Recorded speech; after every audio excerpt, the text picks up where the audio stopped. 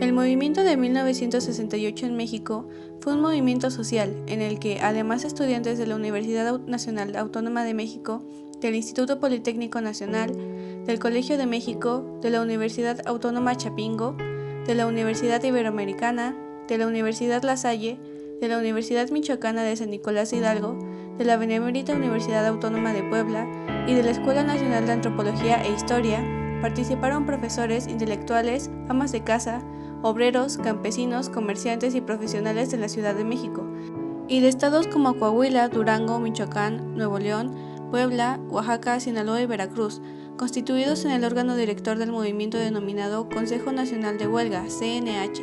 Dicho órgano creó el pliego petitorio del CNH al Gobierno de México, con demandas específicas como la libertad a presos políticos y la reducción de eliminación del autoritarismo.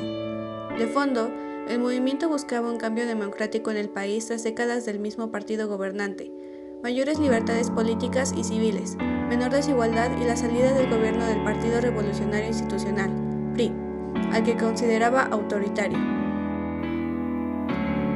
El objetivo del movimiento estudiantil buscaba un cambio democrático en el país, pues los ciudadanos ya estaban cansados del gobierno de Gustavo Díaz Ordaz.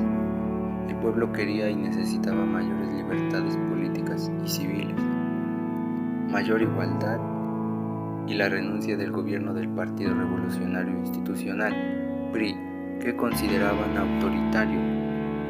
Por ello se iniciaron una serie de manifestaciones y marchas estudiantiles en la Ciudad de México, las cuales apoyaban las protestas en el mundo, además de que pedían se respetara la autonomía universitaria y exigían la libertad de los presos políticos.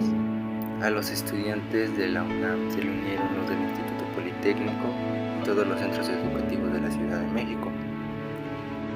Después asociaciones de maestros y sindicatos hasta convertirse en un gran movimiento social. Las consecuencias del movimiento estudiantil del 1968 tuvo una consecuencia, me refiero al trauma de la masacre de Tlatelolco y cómo fue procesada la experiencia por los estudiantes de aquella época.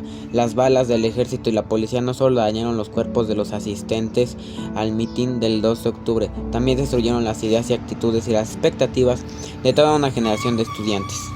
También en todas las universidades se operó un cambio radical en el ambiente estudiantil. Una ola de radicalismo antidemocrático recorrió todos los centros de educación superior del país y las universidades fueron por daños escuelas que enseñaban política radical en 1971.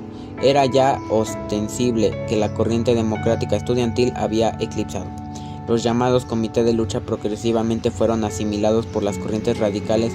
1971, en el 72 y en el 73 fueron llamados fatídicos.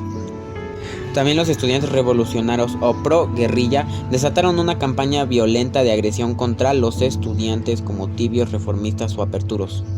También por otro lado, sentó las bases para alcanzar las libertades que se gozan actualmente en el país. Además despertó la conciencia de la importancia que debe existir en la negociación pacífica entre las autoridades de gobierno y la población para evitar hechos de violencia, reconocieron activistas. Porque también los mexicanos éramos súbditos de una monarquía cenexal. Después del año 1968 se tomó conciencia del significado de ser ciudadano y ahora podemos decidir que México es una república de la que todos somos dueños.